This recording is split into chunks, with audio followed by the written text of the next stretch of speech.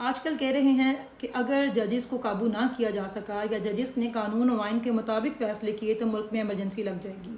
भाई पहली बार सुना है किसी मुल्क में जजेस को कानून और आइन के मुताबिक फैसला करने पर इमरजेंसी लगाने की धमकी दी जाए। और बिलफर्ज इमरजेंसी लग भी जाती है तो ऐसा कौन सा काम है जो 2 सालों में आपने जमहूरियत का नाम लेकर नहीं किया।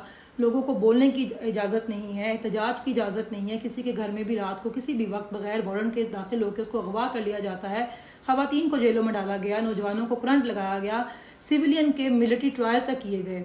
तो और अगर आपकी इमरजेंसी लगाने से मुल्क की हालात बेहतर हो सकते हैं, मुल्क की मैशत बेहतर हो सकती है, मुल्क के ख़जाने में पैसे आ सकते हैं, महंगाई और बेरोज़गारी ख़त्म हो सकती है, पेट्रोल और बिजली की कीमतें कम हो सकती हैं, और सबसे बढ़कर अगर आपकी इमरजेंसी लगाने से मुल्क के अंदर इस्तेकाम आ सकता है और दहशतगर्दी ख़त्म हो सकती है, तो कल क्या लगाते आप आज इमरजेंसी लगाते हैं।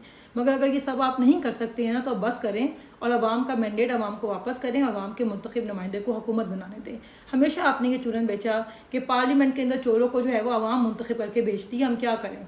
8 फरवरी को अवाम ने इमरान खान को वाजिया मैंडेट दिया, उस मैंडेट पर डाका डाल के इमरान खान को आपने जेल में डाला और चोरों को हम पे मुसल्लत कर दिया। तो अब बस करें। और ये जो टाउट्स आके बार बार ये कहते हैं ना कि जी माइट इज़ राइट, तो माइट इज़ राइट मत करें, क्योंकि जो माइट है ना वो इमरान खान के साथ है, जो मेजॉरिटी है वो इमरान खान के साथ है। इसी तरह के नारेबाजियाँ भुट्टो भी अपने दौर में करता था अपने वक्त के जर्नल के साथ मिलकर, और पाकिस्तान को आपने 2 हिस्सों में तकसीम कर दिया था।